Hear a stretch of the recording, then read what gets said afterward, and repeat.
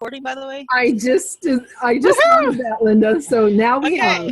So we're going to be recording this. It's a training for coaches who want to share the vitality survey results with their congregations. And so that link to that is going to wind up here on this website, which is the Congregational Vitality Survey.com website.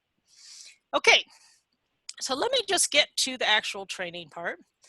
First of all, so you know that the survey that they take is almost always done as a paper survey. This is kind of a demo of it that is front to back, and these little dots are normally big circles. They can bubble in, you know, the bubble surveys with a pen or a pencil. And so what we do is we ask congregations on a particular Sunday to hand it out to whoever happens to be there. They bubble it in, they turn them in, and they get mailed back, and then they get run through a scanning machine, and the outcome becomes this report. Okay, so that's where the data comes from. Now, once in a while, a congregation will have a really low turnout one Sunday, or something else weird happens, and they will make it available multiple Sundays. Hopefully the same people don't do it twice, but that's where that comes from. There is an online option. We don't really recommend it as the only option. It's nice as a supplement. We don't really recommend it because, contrary to popular opinion, the people who take online surveys aren't usually young people. They're usually a bit older, and they're often kind of cranky, the ones who are first to take it. I guess younger people are just bombarded with surveys. I don't know, but it's really hard to get people with kids to take an online survey. The other problem is it only gets one person per household usually, whereas if you survey folks in the congregation, you wind up with you know, a much better sample, a much more representative sample. Okay, so with that said, once that's all done and we finish up, what happens is a report gets posted on the website, and Nancy will give that to you. There's actually 2 reports for every congregation. The main one is this one. That's the one you should have a copy of in front of you. And what I'd like to do now is just briefly run you through the components of that, and then we're going to back up a little bit and show you how to share it with a congregation. Sound good? Yes. Yes. And then after I share this one with you and walk you through the process, I'm going to just give you a glimpse into a couple different kinds of surveys so you kind of get a feel for a pretty healthy looking congregation, a not so healthy looking congregation, just so you can kind of see the difference and see what to notice. Makes sense? Mm-hmm. And then I'm going to end up showing you an older version of this survey, because here's the thing. It's always under development.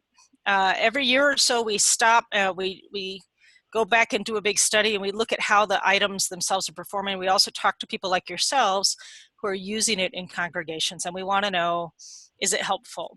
And so about last January, we did that again, and we got rid of some items and added some items.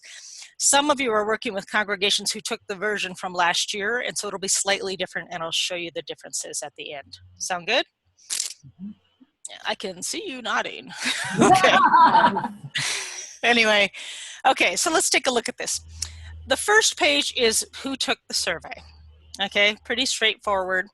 This is a fake congregation called Anytown Lutheran. It's kind of based on a real congregation I had the privilege of spending some time in and getting to know a little, so I can tell you kind of why some of this stuff is true. But then there's been other data added on top to mix it up. So don't be distressed by the fact that there's 3 leaders called here. There aren't really 3 rostered leaders. It's just play data. But do notice that occasionally people get confused and go ahead and mark that they are the rostered leader called here, and you know there's 1 pastor, but 3 people said they were, and well, you can't do much about that. So just that's probably our least reliable item right there. I don't know why, but anyway, you also notice not only the number of people who responded, but the age of the respondents. And here's where a lot of people are really confused about what it means to sample or get a representative sample. Are you guys familiar with that term? Kind of, yes, some. Okay. So the idea is that you may have 50 people show up on a typical Sunday. You may have 200 people on the rolls of your congregation. Who knows the last time you saw some of them? We usually pay more attention to the average worship attendance because that's a little better point in time kind of thing. So what we want is a decent number of the people who would normally show up on a Sunday. And if you handed it out on a typical week, it'll probably be pretty close to that number. You want it to be at least about half. but it doesn't have to be. The most important thing is that it captures some people, about the right proportion of people from the different aspects of your congregation. So for instance, in this case, they had a lot of people between 45 and 54 and a lot of younger folks, which this actually does kind of look like the demographics of their congregation. If they had gotten mostly seniors and nobody under, 30, when you look around the pews and you say, well, that's not who's here, then you'd want to be concerned. But if this chart looks about like they do, you're probably in good shape. And the truth of it is, most times, if the council itself takes it, unless there's some really weird dynamics in the congregation, usually the council itself will give you a report that looks very much like the whole congregation. It's rare to see them that different. But even if that's all that happened, people don't usually trust it, right? 6 people, how can they tell us anything? Well, it depends on which 6, right? But I just want you to kind of know that, because when you go into an anxious system or a system there's dysfunction, the first thing they'll do is challenge this. They'll say, that doesn't tell us anything, okay? The other thing to remember is this is just what they're telling you about themselves. This is not the synod's agenda. It's not someone else coming in or you saying this is what you're like. No. This is what they have to say about themselves, with all the reality and fantasy associated with that, okay? So kind of take that as it was. So first page is demographics. After that, if you turn open the page, and so I see you have them made with staples. When you do these for congregations, you might want to print them more front to back and do them booklet style, and you'll see why in a minute. But you'll see this section at the top says connecting with God scale. We have broken this whole survey up into different groups or scales. These are all the items from that original survey that had to do with how the congregation connects either people or the congregation itself to God. And actually all of those items are on a scale from 1 to 5. 1 generally means we don't do that at all or not very well, very poorly. 5 means we are rock stars, right? We do that very well. 3 means we're okay. It's not bad, it's just not great, right? So just logically and emotionally, most people kind of want to be around the 4 level. Again, it's not a judgment from on high that 4 is good and 3 is bad, but more is good in general. And actually, we have done some research to compare these kinds of scores with congregations from real life perspective, like actually going and talking to people and talking to the bishop and looking at their financials and other things. And we realized that there is a relationship between what they look like from the outside and how they score themselves. And the scores over 4.3, there's another measure called a comprehensive measure that kind of brings a bunch of these together. When the scores are really high, it does kind of relate to what you would look at from the outside and call a thriving congregation. So we do know that these scores actually do have something to do with real life, even though they are people's perception. So anyway, this first section is connecting with God. We're going to come back through this in a minute, so I'm just going to go really fast. The second section, these 2 pages, are about connecting with each other. The third section is about connecting with the world. So remember how I talked about it's connecting with God, each other, and the world? That's what these are. And then when you get past that, you're going to find some other kinds of questions that have to do with not the outcome, which is how we connect with God, each other, and the world, but these have to do with more the way we connect, like what are the tools we use to connect. So one of them is leadership, and one of them is how we understand God's active presence, which I will come back to in a little bit.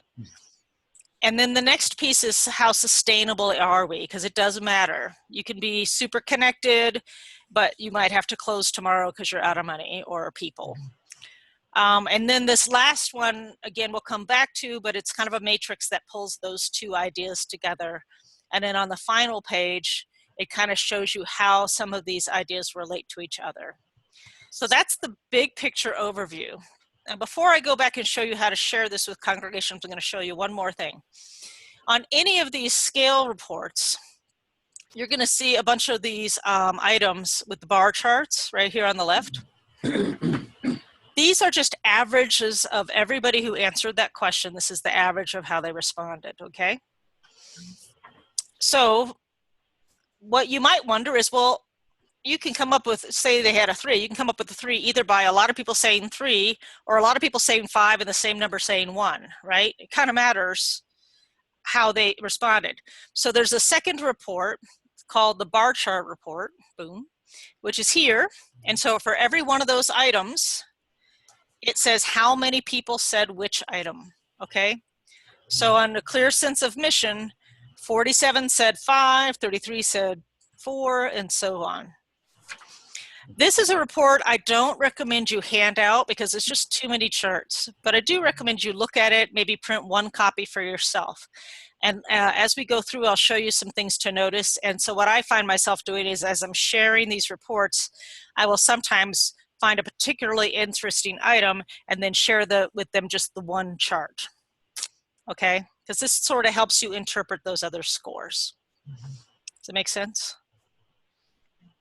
Okay, so we will go back and actually. That bar chart report? It's online. I don't know that you actually printed it because I kind of put it up there late. It's a different report. No, yeah. This is a whole different report, correct? Yeah. Yeah. Yes, different report. So it's called the bar chart report. It says it's a complement to the survey. It's okay. No, we don't. So, but we will send that. We'll send both of them to you for the congregation year coach. Okay. Uh-oh, we can't hear you. Oops, helps when you don't accidentally push the mute button. Thank you. Sorry about that. Okay, so those are the 2 reports you will have for every congregation. Now let's talk about how you're going to go about sharing them. On somewhere, you will have 2 things. There's this Sharing Congregations Vitality Survey Results. This is the facilitator's guide, so it's got a lot more detail than you would share with a congregation if you were to pick up an agenda. Okay, and then the other thing I want you to have handy is this. It's called, oops, let me get to the top. It's the debriefing think sheet. Got those 2 handy? Yes. All right. So going to your facilitator's guide, let's talk about just logistics first. If you can have an hour and a half, that's ideal. If you can only have an hour, it can be done. I just did it last Sunday, but it feels kind of rushed. You're going to wind up spending about half the time or a little more than half the time just sharing the results with them. And then hopefully you'll spend the rest of that time figuring out, now what do we do with this result? But I will tell you, it's very easy to let the sharing the results part take the entire time. People will want to dwell on it. So you'll need to kind of pace yourself, think about how you're timing your presentation, think about who's in the room. Now you can share this with small groups. It's my understanding you'll mostly be sharing them with the renewal teams or whatever they're called, sorry, and the councils. Yeah, teams. Yeah, transformation teams and the councils, which is probably still a kind of sizable group. Sometimes congregations will want to open it up to whoever wants to come and listen. I don't know if you're going to allow that, but if that were to happen, that's fine too. But know that you might want to have a printed report that opens like a book, or you might want to put it up on a PowerPoint like we have here. And if you do that, you can kind of see that you'll want to blow up certain parts for them to see better. If you really like to, you can actually copy and paste some of these charts and put them in a PowerPoint, and then they're much easier to see. But that's also a fair amount of work. So it's up to you how you want to do it. It's helpful for you to know what they're why they took the survey, or what they expect to find out, or how they expect to use it, so that you can kind of be speaking to that issue. It's also sometimes helpful if you have a pre-meeting with a couple critical leaders, maybe the pastor, maybe the council president, depending on the situation. And I would say that's more important if it looks like they're having a tough time, or if there seems to be conflict or something like that, or tension, so that nobody feels ambushed. Okay, I think we kind of covered logistics. Can I just speak to something a minute? Yep, please. The reason that the congregations are taking the Congregational Vitality Survey is because it's required, okay, for them as a Connect congregation. They take it at the beginning, and after the 2 years, they'll take it again. So for us, it's a way to measure the progress. And I think that I want you to be prepared for congregations who are saying the synod's checking up on us, the synod's judging us. That's not why. It's mostly for their benefit, so they can see the progress that's been made in the Connect process in the 2 years, and also for us, as I work with Linda and we measure those results as well. How effective is Connect? Linda's working with us to be able to evaluate that as well in several different ways. And the cool thing is we've got congregations in 12 and actually now 14 synods doing something very similar to what you're doing. Everybody has a different exact way of doing it, but they're all using some of the same measurements. And so we'll be able to aggregate that data across and see not only is there differences between programs, are there, but also just what is the cumulative impact of this on the ELCA. So we want people to be honest and forthright. You don't get to, it's not a pass-fail thing. You know, we just really want to know how it is impacting, and that way we get to learn. So we see it as a learning tool, and hopefully they will too. All right, ready to move on? Yes. Yeah. Okay. Okay, so here I'm going to scroll down to the agenda part. In the agenda, here's what I recommend. You open up with some kind of prayer or devotional, depending on what kind of time you have, but make sure there's a sense that God is in the room with us as we have this conversation. That'll come up again later, but it's really important to kind of invite people to recognize that. Then you're going to make sure they all have the debriefing worksheet. And I found last Sunday when we handed it out, it confused people. They said, well, didn't we take the survey? Why are you handing us a new empty worksheet? And you can say, oh, well, this is kind of how we're going to share the information. It's going to be how we walk through the report together. And people, they'll get over it. It'll be fine. This is the worksheet. I'm going to shrink it a little bit. All right.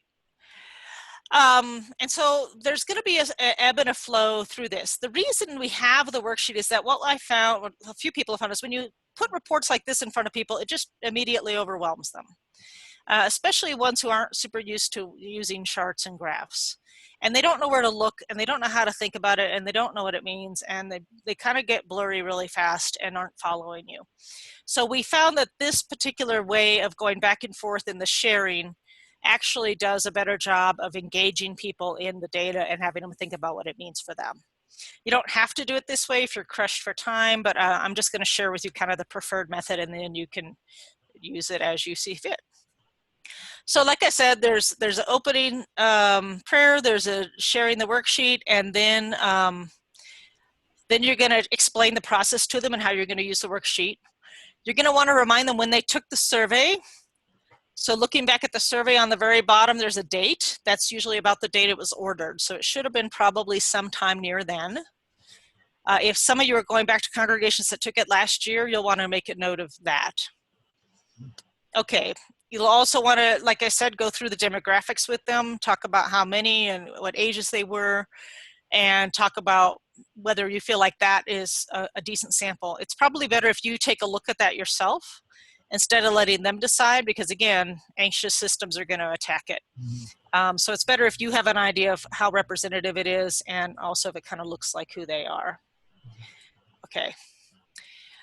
Okay. Then you'll want to explain how this process is going to work. And I'm just going to show it to you, and then you'll know what to say.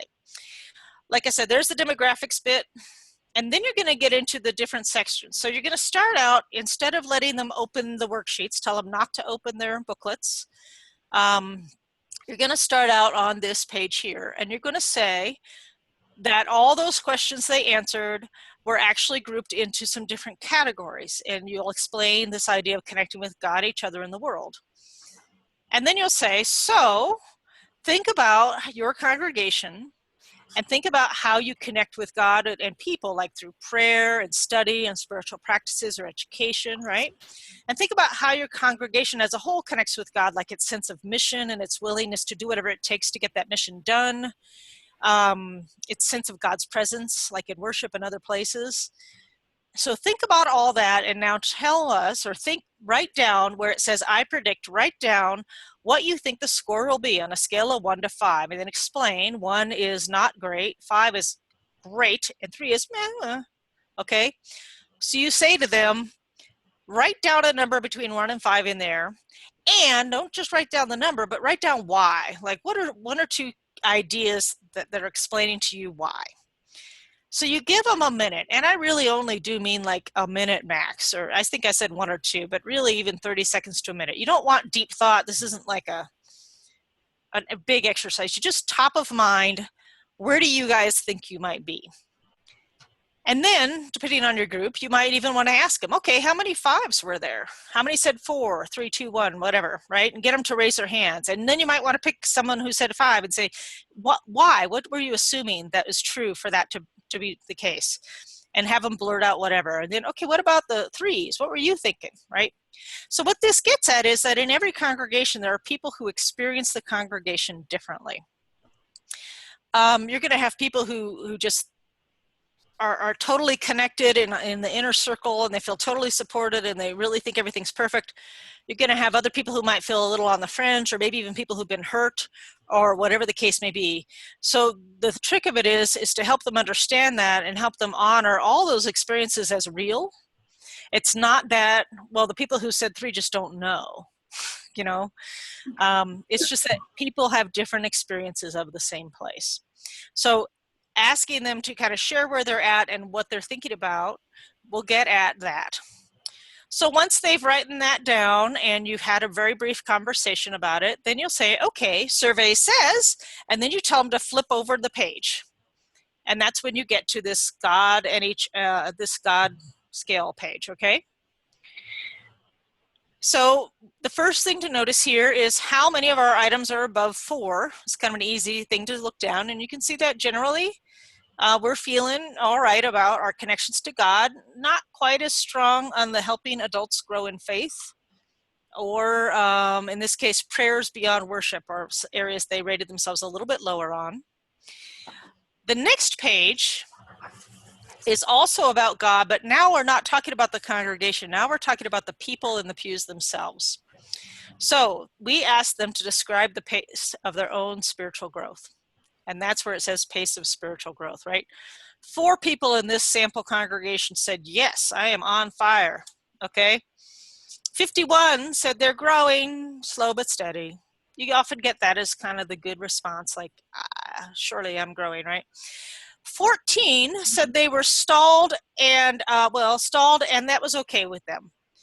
Not stalled, not growing, and that's okay. They're fine where they are. And another 14 said they're stalled, but they want to move. Now that's the number to pay a lot of attention to, honestly, because let's think about how spiritual growth works. We are not a tradition that understands it as being once you're moving in forever, right? We know there's ups and downs in everybody's spiritual life. And there's times when your life is just busy and you have the spirituality you have and you're okay with that. And there's times when you just feel pulled forward in faith by God, right? You're just moving along and very excited. But there's also times when we wonder, where the heck is God, right? We're kind of frustrated and we're looking for God. And we feel kind of stuck. We wonder what it's going to take. And it's normal to have some people in all of those places. What you don't want, though, is a really high number there. So just kind of keep your eye on that. When you have people say we're not as great as helping adults grow in faith, then you might want to look at, well, that's not a super high number, but it's higher than I might want to see. I might want to see it down closer to where that 4 is, right? And then under prayers and devotional and study, we've got a lot of people who pray or do devotions or study all the time, like every month at least once, maybe weekly, maybe daily. But we have another decent block of people who don't do that at all. It's just not part of their life. And that number of 25 is probably some of these folks down in here. Not necessarily, but probably. Mm-hmm. We also have over here under spirituality, having meaningful spiritual conversations in the congregation. So are they talking to each other about faith? A lot of them do some. This is how often in the last year did you do these things, by the way. But a whole lot of people don't. At the end, when we talk about the world, you'll also ask that same question of talking to people outside the congregation. And it's always interesting to compare, do they talk more about their faith outside or inside the congregation? That's just something for you to keep in mind. There's also issues with the congregation. How excited are they about the future? That's important because if you see a whole lot of not very excited or strongly disagree, this is how individuals feel. That kind of gives you a sense of the energy of the place and how they feel like they're moving forward. And this congregation, they're feeling pretty much like they're on the right track. Okay. Then you go back to, after doing that little reveal, then you let them take a minute and say, is there anything that surprised you or anything that you now wonder? Again, give them a few seconds to jot down a word or two here. And if you have time, you might want to ask one or two people to volunteer what they said, but you probably won't want to go through it with the whole group. Maybe after you can, but okay. Then you rinse and repeat, okay? Then you just kind of move down to each other and go to the same process. So you start out with, okay, thinking about each other. It's not just how we get along. It's also how well do we seek out and use everybody's gifts? How well do we intentionally build community? How well do we manage disagreements? Are we using everybody in our leadership? Are we incorporating or welcoming and incorporating new members, right? So you explain what that category means. Then again, you say on a scale of 1 to 5, what do you predict? And then why? And you give them a second to write that down. Then you say, survey says, and you flip the page. And here we have not as many 4s. Nothing horrible, like you don't have any 2s. It's actually really rare to see 2s. Most people feel like at least okay about things. But we do see some things that are higher and lower. And so here's the thing. The pattern is actually more important than the numbers. Does that make sense? Because you got to figure, I don't know, one person's 4 might be another person's 3, but the pattern is significant usually. So you'll almost always see this pattern. Welcoming visitors, it's a 4.4. Accepting newcomers, 4.3. Incorporating newcomers, 3.9. It's almost always that. It's easy to say we're welcoming, we pretty much accept them, but incorporating them, yeah, that's the harder bit, okay? We were finding a lot of people rating themselves really high and realized they didn't actually have visitors. So we did ask this question, do you actually have, how often do you have visitors? Take it with a grain of salt. Some people say they never have visitors. Some people say they have them every month. So I don't know what that means, but this is people's perceptions of that. Okay, now also while you're revealing this, you'll want to pay special attention to the social climate indicator here. You can say, the question is, what is the social climate? Is there harmony? Is there tension? Is there open but respectful conflict? Or is there harmful conflict? Like people are, giving each other a hard time. What you don't want is only harmony, because then you have lovely people who enjoy each other's company and aren't really doing much of anything. You want harmony and respectful disagreements. So they should be pushing each other a little bit and talking it through. Probably more harmony than respectful disagreements, mostly because not everybody's engaged in that process, right? Some people just sort of show up on Sunday and go home and they don't know any better, and it's fine. What you don't want is a whole lot of tension. The level of tension here is a little bit high. I'll show you some other ones. It's not ridiculous. You really don't want tension above these other two. Tension is sort of usually that unspoken, things aren't quite right here, or I'm kind of upset but I haven't really voiced it thing. And what I found is over time, the people who say they have tension are almost always the people who rate things lower. So as you look at some of these and you find people rating them 1s or 2s, those are usually the people who describe tension or harmful conflict. Now the open harmful conflict are your people who've probably been hurt not too long ago in this congregation, or at least it's still fresh enough in their memories, okay? So again, look at that number. It's rarely high because those people don't show up to worship a whole lot, but who knows? Again, this is kind of connecting to their Christian community, a sense of belonging and commitment. Just because commitment's high does not necessarily mean they're super functional. A lot of times there's a lot of fighting in high commitment congregations because they're committed enough to stay there, right? If they weren't committed, they would have left. This is how often they volunteer, how they feel supported using their gifts and their own contributions to the congregation. Okay, then you go back to your sheet and you say, okay, so what surprised you and what do you wonder now? And again, let people share that. Onward to the world. What do you predict? Why? Then you go back and you say, whoops, sorry, not there. Survey says, boop. Wow, all of a sudden this looks a little different. So this is a congregation, and I happen to know this, that isn't very connected to the world. They are, they were kind of founded by a pastor who kind of wanted people to hang out with, and you know they did fine, but now that pastor's gone and they're trying to figure out who they are, and they've been kind of a group of people who likes to be together, but they're in a growing suburb, and so they're getting a bunch of new people coming in, and they're trying to figure out what all that means, and they have a new pastor, and that's kind of why we did this survey with them. So you'll see here they don't feel as connected to the world as they do to God and each other. And that's a pretty common pattern where connections to God are highest, then each other, and then the world. Beware when connections to each other are highest and the other two are low. That means you probably have a really lovely group of people who like each other but aren't particularly doing church. You know what I mean? Mm-hmm. It's not about mission. Mm-hmm. That's not the case here. There is some elements of mission, but this world piece, they're a little bit turned inward, which again is tragically common. So over here on the right, for how they serve, there's things about how we serve, how often do we do advocacy or volunteer in the community or donate to other causes beyond the church, or at least beyond our regular pledge. And then over here, it's how do we share our faith? And note, we say, this is how equipped I feel to share my faith. Most people feel pretty equipped. This is how often I have meaningful spiritual conversations outside of the church. And you will see, and it's very common, that most people are having at least one, if not many, conversations with people. And it's kind of fun if you have time to say, tell us about some of those. Who are you talking to? And you get some really cool conversation going. For some reason, most Lutherans don't think of that as evangelism.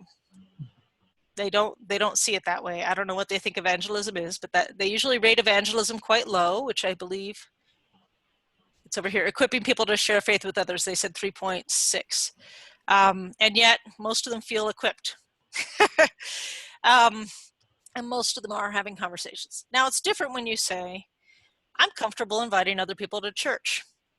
Okay, most people say they are. How often do you actually invite people to church? Not as often. There's lots of reasons that might be the case. Some of it might be how or when or what's appropriate. Some of it might be, I don't really think this church is something I want to invite people to, you know? So just kind of bear that in mind. Okay, are you getting the rhythm of this? Mm-hmm. Yeah. Okay, so it's kind of that way through the 3 scales.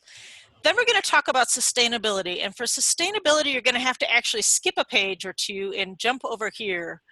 The reason I want to do that is because the other ones explain more how you came to be sustainable or what's supporting that rather than the outcome itself. So I just wanted, I feel like it's important to jump to this particular page here on sustainability. There should be 4 options. Either we're able to grow, we have enough resources that we're able to grow, or we're able to maintain what we got, or we're losing ground, but we're still viable. Or we aren't even sure we'll be able to survive much longer. It's not uncommon to have people in different categories here because people think about that differently. Down below, you see some indicators of why that might be. So we have enough people. This place does. You got a clue when there was 112 who responded, right? Those people have enough time and energy. Yeah, maybe not quite as much, but yeah. That's a big question because it's not uncommon to have a lot of people, but they're all busy. I was working in an immigrant community recently, and everybody's working multiple jobs, and it's all they can do to show up every other Sunday. There is not time and energy to do programs or any kind of thing beyond worship. Okay, and then these bottom 2 are reverse coded, so keep that in mind. So this facility is getting in the way of ministry. You actually want to see the disagrees here. And in their case, most people disagree. And we are using up our money. Mm-hmm.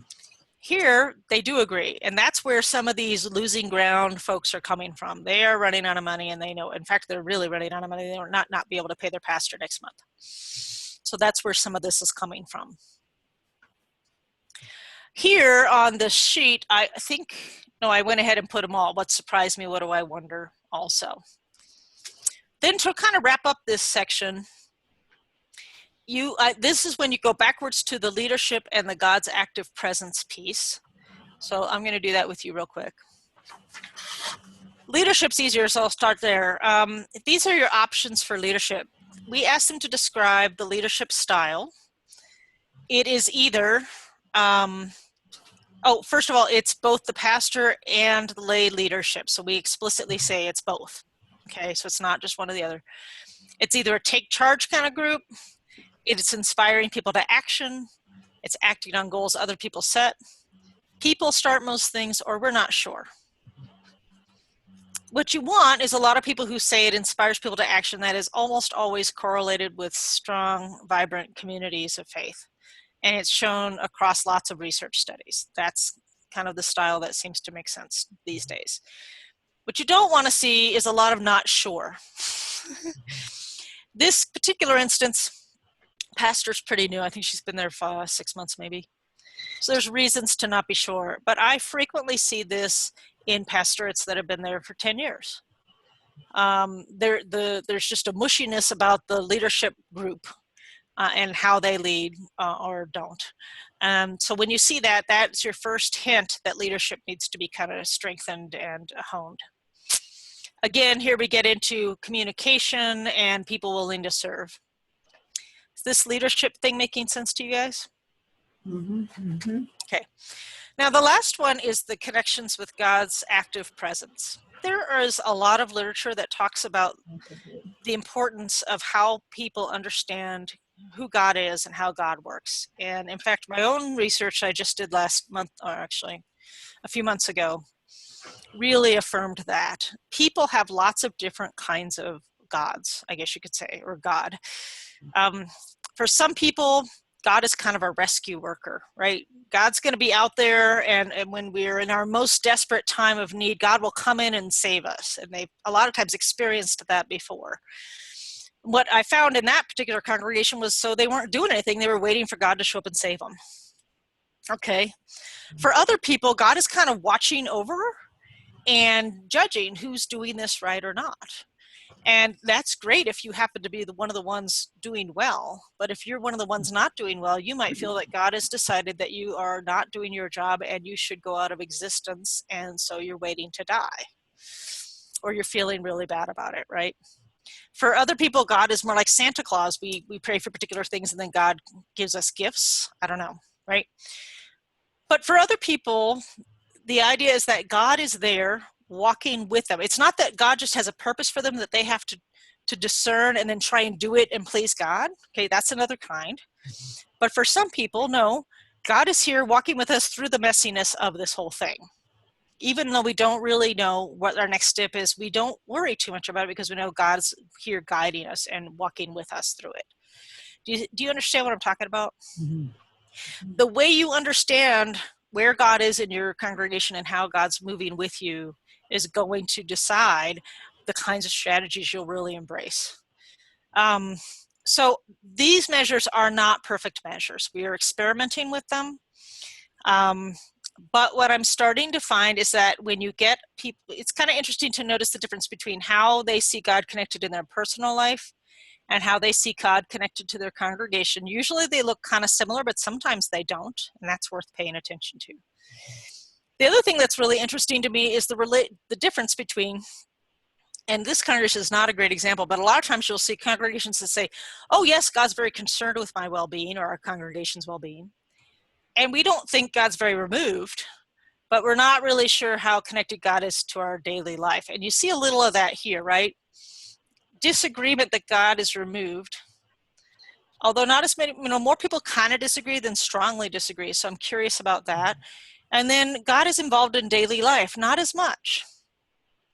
So I guess this would be a conversation, and maybe not during the debrief, but at some point to talk about how do you understand God here? And to kind of get at that. Is this making sense? Mm-hmm.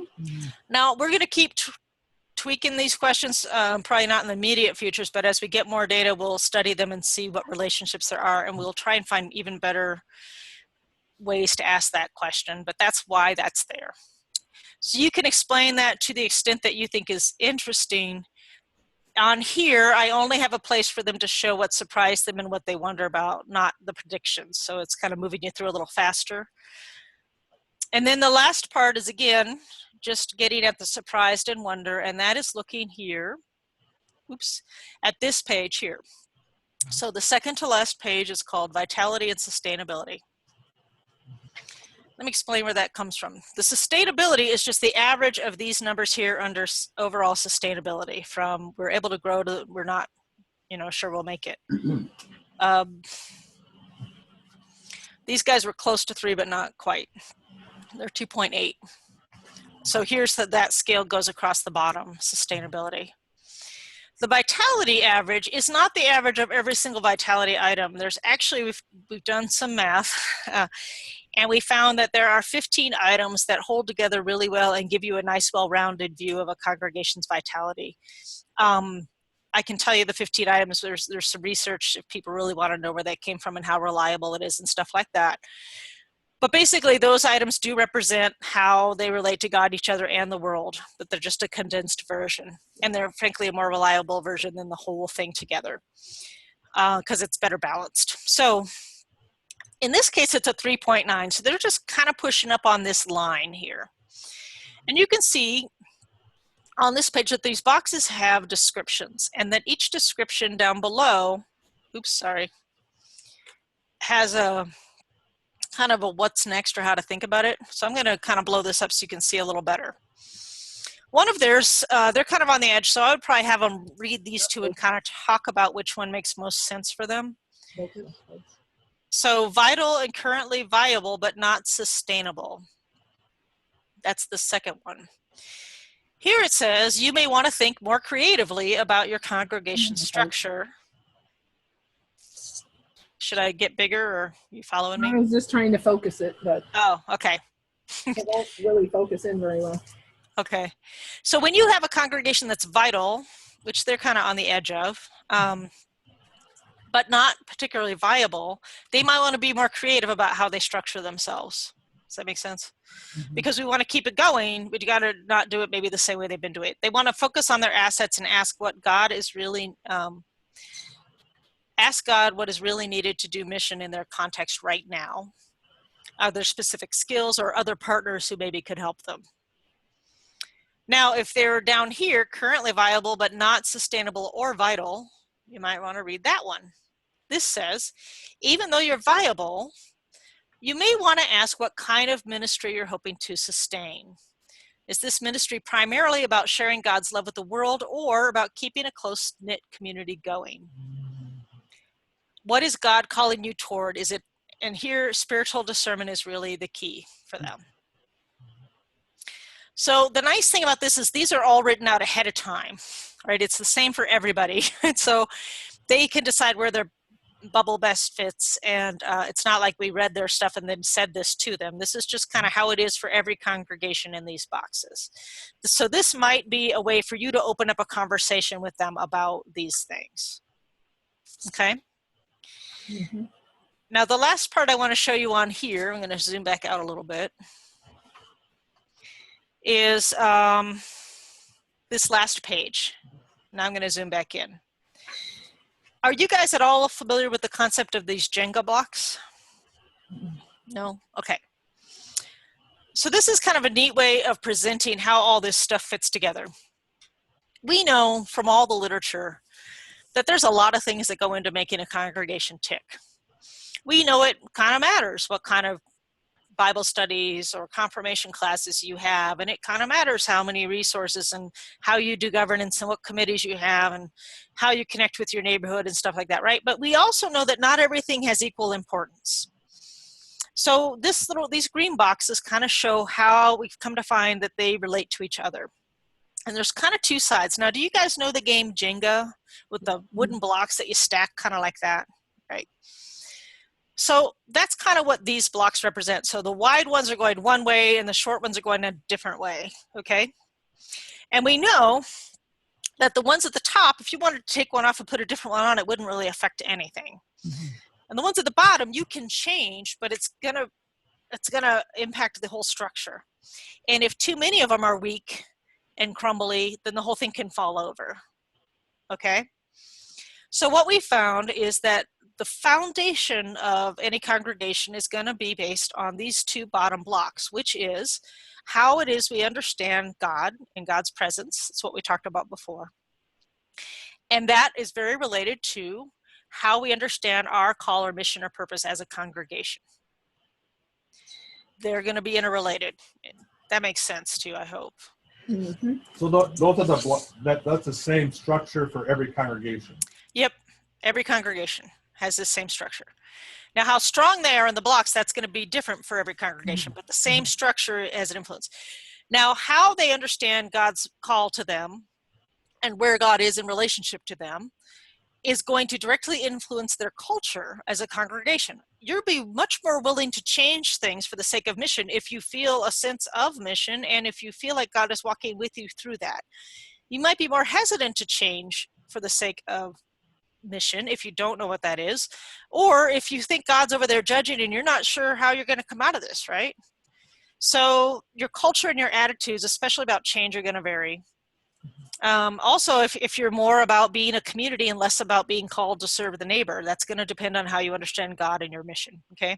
So it's those bottom blocks that then influence the culture, and that also influences how you're going to connect to your local culture, your neighborhood, your community, whatever. And it's those understandings and attitudes that are going to drive the programs that you do. Make sense? Because if you're all about, you're in an impoverished neighborhood and you're all about serving the neighbor, you're going to do programs that have something to do with the neighborhood or maybe in collaboration with the neighborhood. On the other side, the leadership track, this is the other side of the blocks that kind of go crosswise. You've got the relationships among folks, and you've got the actual leadership itself, both the lay and the rostered leadership. And here, those two work together, and they will drive how governance happens, how administration happens, and that will drive how resources are not only gathered but managed. Okay? So the trick of it is you have to kind of have a really strong foundation, which is both those bottom two layers, the mission and purpose with God's presence and also the leadership relationship thing.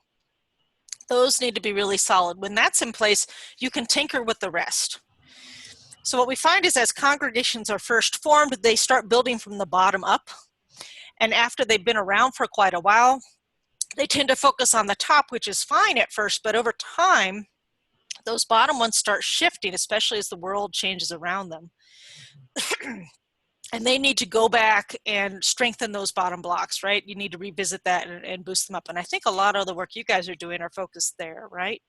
Mm-hmm. Yes. Initial work, yes. And so this is kind of a nice, easy to understand way of explaining that. So what this particular survey does is it shows, based on the results of the survey, how their bottom blocks are doing. Now, again, it's experimental a little bit, but some researchers, I'm thinking specifically of a guy named Patrick Kiefert, who's out of Luther.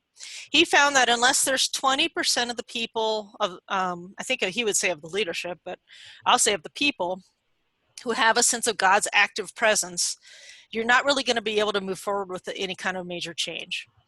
And so I don't know for sure that those questions asked exactly that, but I took the people who said both 5 to both God is involved, actively involved, strongly, strongly actively involved here, and God is not removed. So that would be a 1 on that scale. So if they said both of those things, that's how they got that score. But you can kind of take it with a grain of salt there. But this gives us a sense that this particular congregation is not doesn't have a really strong understanding of God's active presence, which, having met with their leadership, I would have to say that's true. Their sense of mission here, they've given themselves a 4 on average. This is just that average score. Relationships was 75%. They did have high enough tension that it kind of brought it down. And that is definitely something they need to work on. They've got kind of an old guard and the newer members, and they are not in agreement about what's going on there. And leadership, we had all those not sure people, and that's what's driving this down. You really want to see most of the folks, at least half of them, saying it's inspiring people to action. Does this make sense? Actually, I'm going to pause here and just kind of take questions or whatever, because this is our first one all the way through one of these reports. Suggested putting things together in a booklet and distributing it. Is there a disadvantage of handing out sheet by sheet as you discuss it? The only thing I would say is as you go through, it's kind of handy to have both the, sorry, let me drag it up high enough, both sides of the equation together. So if you had the both connecting with God and the spiritual growth, you know, if you have both these sheets. So if you wanted to hand them out both together, that would be fine. Right. Yeah. So one could be here and one could be there, I think is what she's saying. Yeah, always, it's kind of like PowerPoint. At least you're all focusing on the same page. They're not trying to Right. move there, trying to find where they're at. Yeah. And with PowerPoint, honestly, I would blow this part up really big and then just like pull. And do you know how to do the lasso cutting? There's like a little Microsoft lasso tool that lets you do things like cut a little section out like this. And then you can save it as, you know, not even save it, just paste it into a PowerPoint. It's kind of built into Microsoft Word. It looks like a little scissors on a circle. Anyway, there's ways to do it, and I can show you that later. So if you wanted to do it that way, yeah. Any other questions about what we just walked through? I have a logistical question, not about the logistics of, well, yes, about presenting the survey, because the people who have taken this survey so far are getting the results mailed back to them, and they should be mailed to the coaches, so they can't review them. Correct? Oh, no, they can't get the results. The results are on the website, right? Right. They went in and got the results somehow. They can't get to the website. Okay. Well, actually, so here's the thing. On the website, I'm going to go to the home page. So they have results? Get somebody got the results. So here's what happens. So these results are posted. I'll show you why they got them. So normally what happens is Nancy logs in here and she can sign up people for the results and she can see them. Now, when I do the results, every congregation can also sign in and they can take the short survey themselves. And obviously that was the wrong code. Was that 5?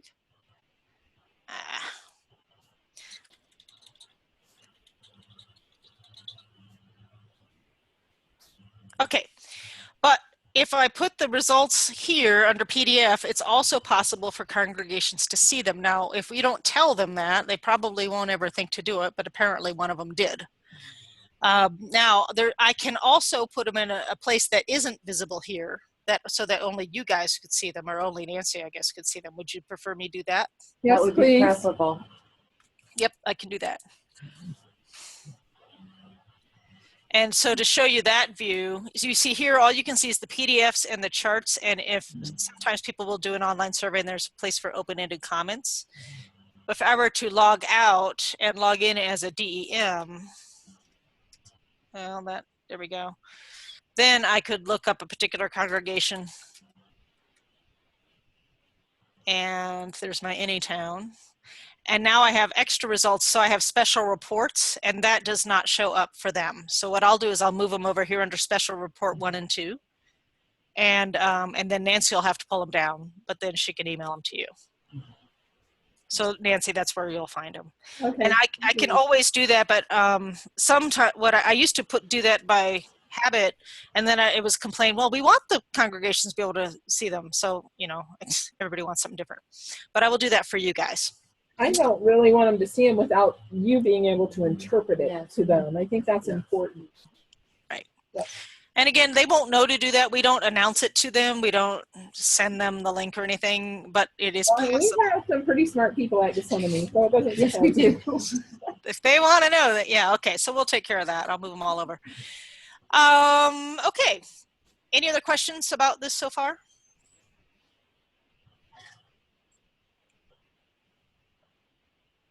I have a question, but since I started halfway through, this may not be anybody else's question. Okay, I'm a coach, and in a few hours, we will have training with my team. Do they get this then, or are you telling me now about something that's not going to happen for weeks? Are they getting the results here at the training? Yeah. No. Okay, that's all I needed to know. I'm trying to understand how it. Right. Has your congregation already taken the survey? Yes, because Yes. they're cohort 3 and they're in link 2 Right. training. Right. Many of you are link 1, so they have not taken it yet. They don't Okay. take it until after they've been to the first training. Very good. Okay. Yeah. Now let me take a minute and show you just a couple other congregations so you get a view of different way they might look. Okay, this was a very kind of mediocre congregation, not to say anything bad. And that's another thing I actually want to say. It's easy to say good, bad, and it sounds like a value judgment. But what you need to understand is at different times in every congregation's life, there's times when they're super strong rock stars and times when they're really struggling. And this is just a snapshot of this particular point in time. So be careful, and I need to also be careful how you talk about it. Just because they're doing really well at one moment doesn't mean they're good or better, you know what I mean? Or if they're struggling, it also doesn't mean they're bad or that they failed. It just is where they are. So here is a congregation that is at a strong point right now. You can see everything here is over 4, lots of spiritual growth.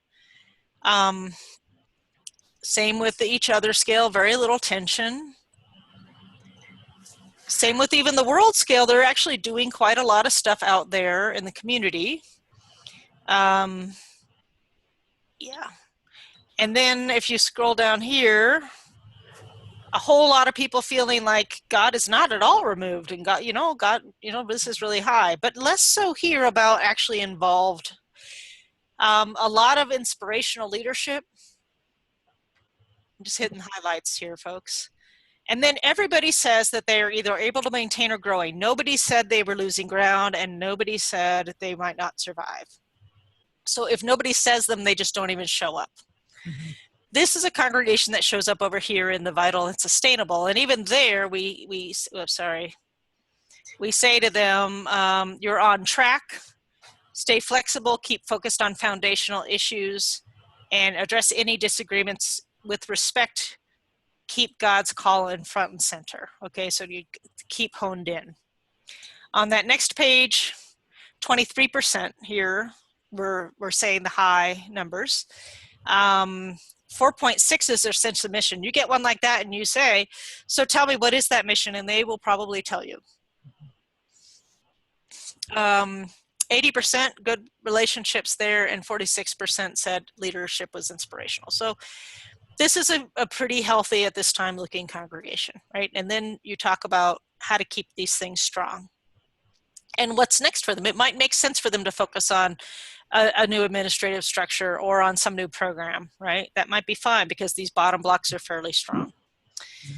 Let's go, I haven't even showed you this. When you get to the other report I mentioned, in the really healthier congregations, you'll almost always see this pattern. 5 is the most common response, then 4, then 3, and oftentimes there's no 2s or 1s, okay, or very few.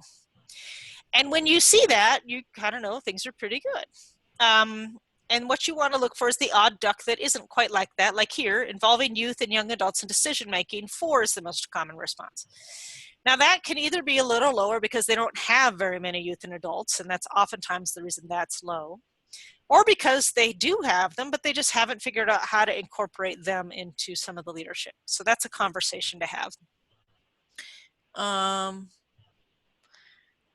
How do we help people live out their faith in daily life? That's interesting because it's not the same pattern as everything else. So you might want to talk about, what does that look like? Is that an area where we could focus? So this kind of helps you find areas to focus in. How do we equip people to share their faith? Again, an area they don't feel as strong in. More people see room for improvement there. But building mutual relationships with the neighborhood, they feel really good about. So I bet they're doing a bunch of stuff in their neighborhood. So you can see how these come together. Mm-hmm. Okay, now I'm going to show you a really different looking congregation. Not quite as high, but some 4s, some 3s. Chunk of people not growing spiritually, but some who are. Page down. Okay, here we have a lot more tension. Tension's higher than respectful conflict. A lot more 3s and fewer 4s. very few 4s in the world. This is not a congregation that's connected to its community. That doesn't mean people don't volunteer and stuff. They probably just aren't doing it with their congregation. It also doesn't mean they don't talk about their faith. They do.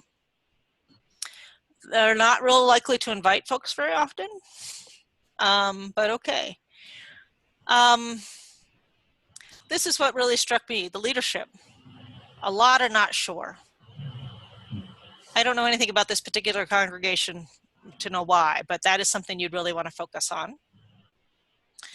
And then here, a lot of people feeling like they're either losing ground or they're not sure they'll be around much longer. This is a congregation that's wondering how long it's going to be around. They're here. And so in this block, the question becomes, discern whether your congregation has the energy to keep going or if it's time to celebrate your ministry's life and end it with dignity. This allows resources and remaining people to be used by God in other places, and deciding to let go and trust God's promises of resurrection can be a faithful response to God's call. What I found is a lot of times congregations that really need to close but don't are afraid they're letting down God somehow, okay? But to recognize that, no, it's actually more faithful to move than to just, run out of money. Let those resources be used somewhere else, have a legacy. That could be a helpful conversation. Don't know if any of you guys have congregations like that, but there are definitely some out there, actually a lot. Here you can see they're running out of money. Their facilities, not too bad. They're running out of energy. Yeah. And then over here, they do have some faithful folks, or some people who do understand God's active presence, so they may be able to make that decision. And they're not fighting too bad, but there is a fair amount of tension, so that's probably what that tension's about. Over here, when you look at their charts, helping adults grow in faith, not so much. They're kind of met at that. That's probably a lot to do with it.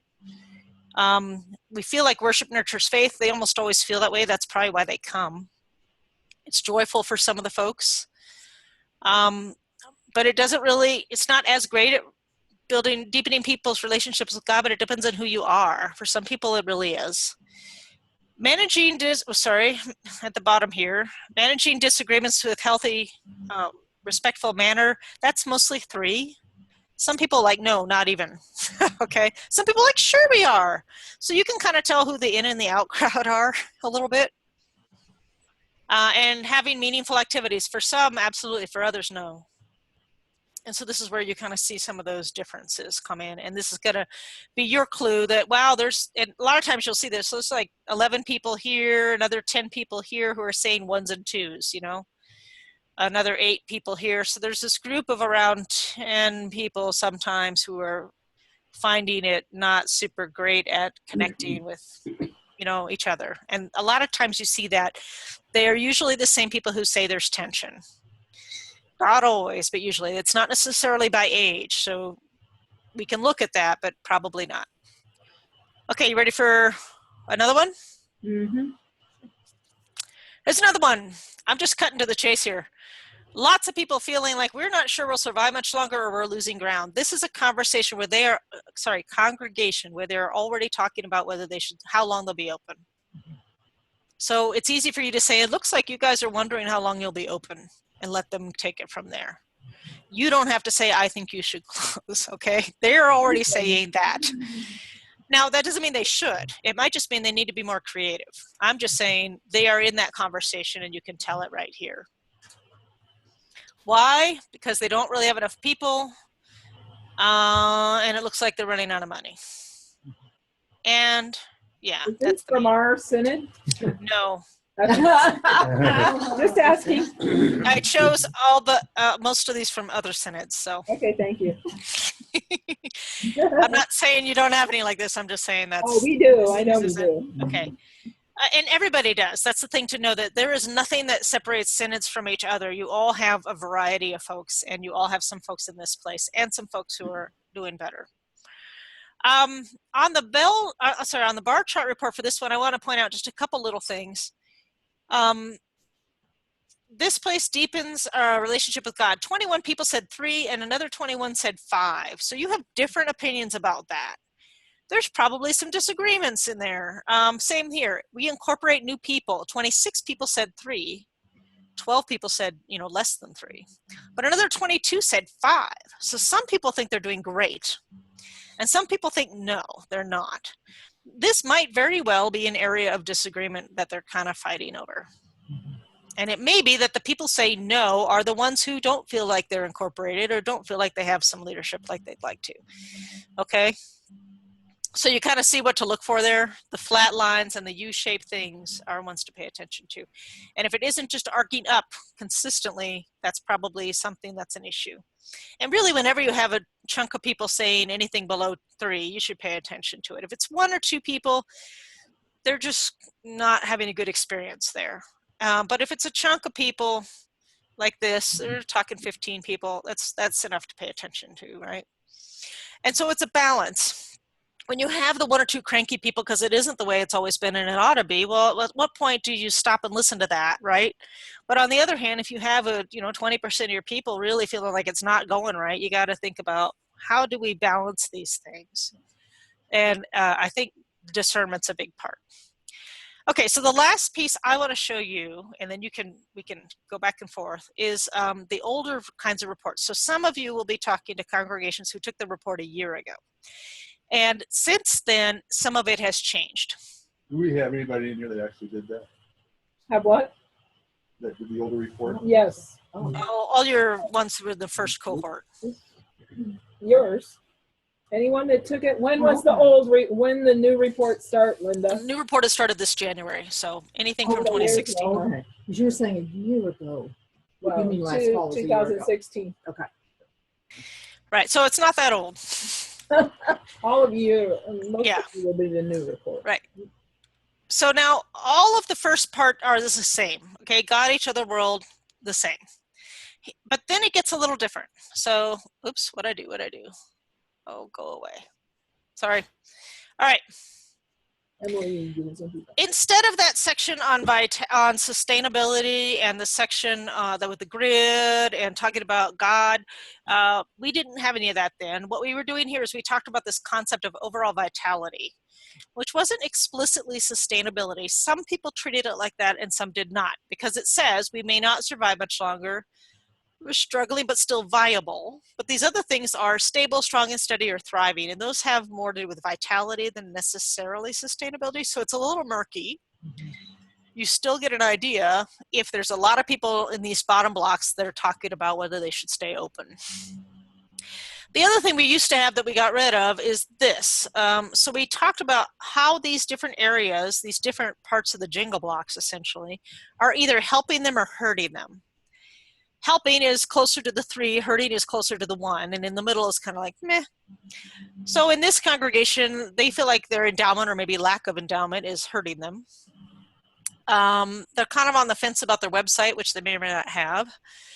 And then down here, people willing to lead outside of worship is also a concern.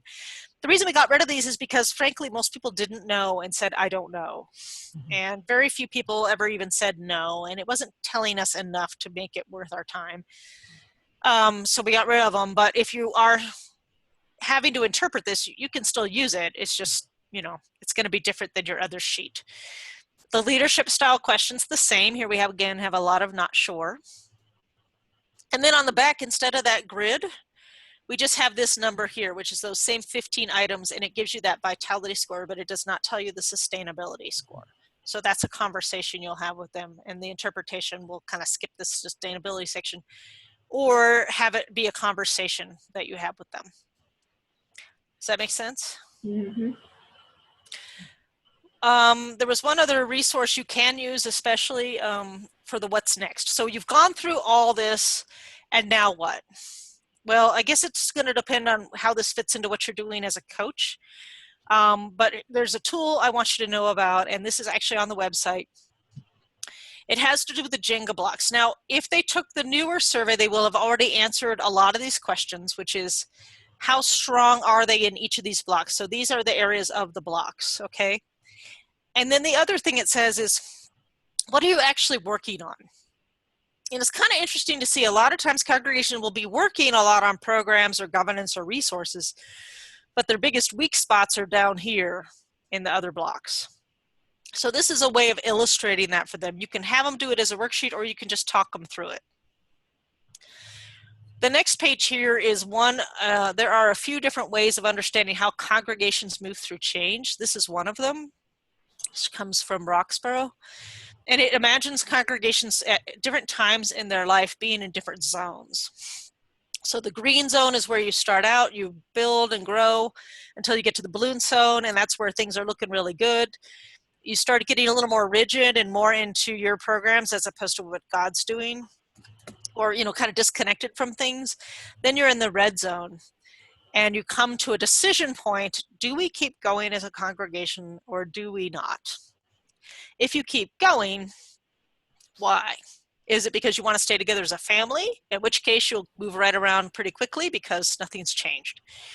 But if you decide to change the why for your congregation, or kind of reconnect it to what's God doing in the neighborhood and in our community, and understanding that, you can actually change the core identity of your congregation and go through an adaptive change process. I'm hoping that you know what I mean by that. You're going to go through a deeper process all the way down through here, through this emotional roller coaster of confusion where you're doing discernment and listening and experimenting and reflecting all the way through here, and letting go of different assumptions over time until you kind of emerge out the other side and you make a choice about who you are now and how you're going to move forward. And then the cycle starts over. So if you're in a congregation that's feeling stuck and failing, but and I think the reason they're working with you is because they're trying to kind of come around the curve if they're here, then to understand that there is a way forward and that lots of congregations go through this. And hopefully you have some stories. I certainly have some stories of congregations that have gone from being, you know, a handful of people who are mostly elderly and often mostly white in a community that isn't, making the decision to move forward because they want to be a beacon for their community and realizing they can't do it themselves and finding new partners and doing new things and experimenting. And it took them about 20 years or 15 years to get over here. And now they're up in this area. Okay. So you have good times and bad times in your congregation and you move through this thing. And that's one way to think about it so that you don't feel like you're just at the end of your life and you're done. Now, Nancy points out to me that sometimes that is the case and that's okay. Right? There is sometimes the decision that we are done and whatever our assets are going to move forward in a new kind of ministry, and that's fine too. But I found that it's helpful if you do have a congregation that's trying to be more creative and keep going, this kind of model is helpful. The last thing I'll share with you is, so based on the zone you're in, you need to be attending to different things. And so each of these pages talk about what you will attend to. If you're in the green zone, you need to be working on putting these bottom blocks together. And if you don't, this is kind of what's going to happen, right?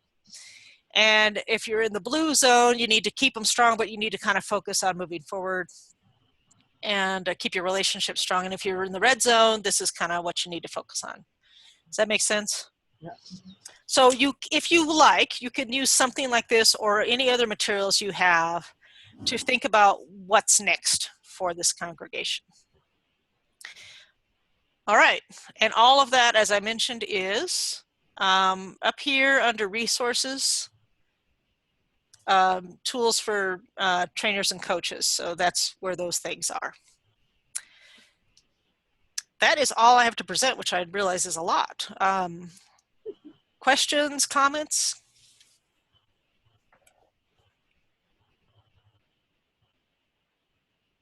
Stunned silence, shock and awe. I am delighted. I mean, this is the sort of stuff I would like to have seen several years ago. I was ordained in 2009, and I've been serving small town and rural declining congregations, so this is wonderful. Cool.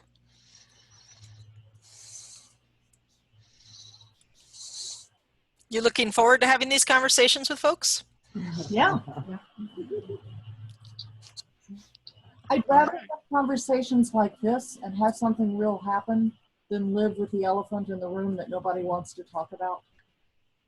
Yeah. And this can be a great tool for that, especially when you see, like, most people are really not sure they'll survive, or if you look at the people's excitement for the future, if that's really low, then you could say, wow, tell me what's going on. instead of, it doesn't seem like, you know what I mean? It doesn't have to be your perception, it's their perception. And that really helps.